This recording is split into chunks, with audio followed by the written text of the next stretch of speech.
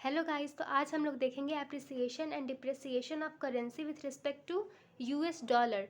तो क्योंकि डॉलर को एज अ रेफरेंस हम लोग यूज़ करते हैं करेंसी में, क्योंकि US is a very big economy और बिग इकोनॉमी से ही हम लोग नापते हैं। तो हमारे कंट्री में डॉलर से नापा जाता है पैसों को। तो अक्सर हम लोग न्यूज़ में सुनते हैं कि हमारा इंडियन जो करेंसी है रुपी, वो उसका दाम बढ़ रहा है। मतलब एक यूएस डॉलर का जैसे अभी एक्सचेंज रेट 85 या 86 रुपीज़ है। कुछ दिन में हम लोग सुनते हैं कि उसका रुपीज़ $1 का 90 रुपीज़ हो गया। तो जैसे जैसे मतलब $1 में जब अगर हमारा करेंसी बढ़ रहा है तो उसको हम लोग कहते हैं डिप्रिसिएशन ऑफ करेंसी। और अगर $1 का हमारे रुपये का इक्वल है 75 रुपीज़, मतलब घट रहा है, तो इसका मतलब है एप्रिसिएशन ऑफ करेंसी। जब घटेगा हमारे रुपये का, इट मीन्स डैट $1 में हमारा इंडिया का, मतलब अगर ज़्यादा पैसा लग रहा है तो हमारा इंडिया का वैल्यू कम है इंडियन रुपये का, और अगर कम पैसा लग रहा है तो इंडियन रुपये का ज़्यादा है। तो ये कैसे कैलकुलेट करते हैं वो आज हम देखेंगे। तो इसको देखने के लिए हम लोग देखते हैं कि एक इकोनॉमी में कितना इनफ्लो हो रहा है और कितना आउटफ्लो हो रहा है। इनफ्लो इट मीन्स हम लोग ट्रेड करते हैं। तो ट्रेड में क्या होता है हमारे यहाँ, या तो इम्पोर्ट होगा या तो एक्सपोर्ट होगा। तो फॉरेन जो रिज़र्व हमारा होता है, फॉरेक्स रिज़र्व, वो आरबीआई के पास होता है। आरबीआई बहुत सारे फॉरेक्स रिज़र्व में यूएस डॉलर रखती है एज एक्सचेंज रेट, वो अपने पास रखती है। तो अगर हम लोग इम्पोर्ट ज़्यादा कर रहे हैं, मान लीजिए किसी सामान का हम लोगों ने इम्पोर्ट किया, तो हमारे बैंक अकाउंट में यूएस डॉलर के टर्म में आएगा रुपीज़। तो इस डॉलर का हम लोग यूज़ तो कर नहीं सकते हैं, तो इस डॉलर को हम लोग लेके जाएंगे आरबीआई के पास।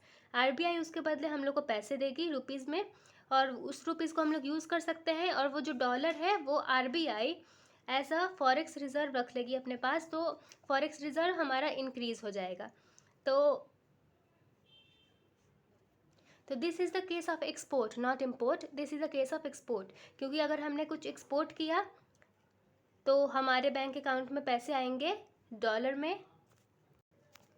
तो ये केस एक्सपोर्ट का है। तो अगर हम एक्सपोर्ट करेंगे तो आरबीआई हमें यूएस डॉलर में उधर से पैसे भेजा जाएगा, और हम लोग उसको आरबीआई के साथ एक्सचेंज करके अपने इंडिया में उसको यूज़ कर सकते हैं। Same in the term of import करेंगे कोई सामान को तो हमें यूएस डॉलर में ही पैसे देने पड़ेंगे। तो हम क्या करेंगे, आरबीआई के पास जाएंगे, आरबीआई को पैसे देंगे, और पैसे के बदले में हम उनसे डॉलर मांगेंगे। आरबीआई जब हमें डॉलर देगी, कहाँ से देगी, वो फॉरेक्स रिजर्व से देगी। फॉरेक्स रिजर्व में it means that forex reserve is decreasing. तो जितना ज़्यादा एक्सपोर्ट होगा उतना ज़्यादा हमारा वैल्यू बढ़ेगा, और जितना ज़्यादा इम्पोर्ट होगा हमारा वैल्यू घटेगा हमारा। इट मीन्स डैट अगर ज़्यादा इम्पोर्ट हो रहा है, ज़्यादा हम सामान मंगा रहे हैं, तो हमारा यूएस डॉलर का वैल्यू बढ़ेगा और हमारे इंडियन रुपये का वैल्यू डिक्रीज़ होगा। और अगर हम ज़्यादा एक्सपोर्ट कर रहे हैं, अपने देश से सामान ज़्यादा भेज रहे हैं, तो हमारे इकोनॉमी में डॉलर ऐड होंगे, और डॉलर ऐड होंगे तो डॉलर का वैल्यू घटेगा, और हमारे इंडियन रुपये का वैल्यू भी बढ़ता रहेगा।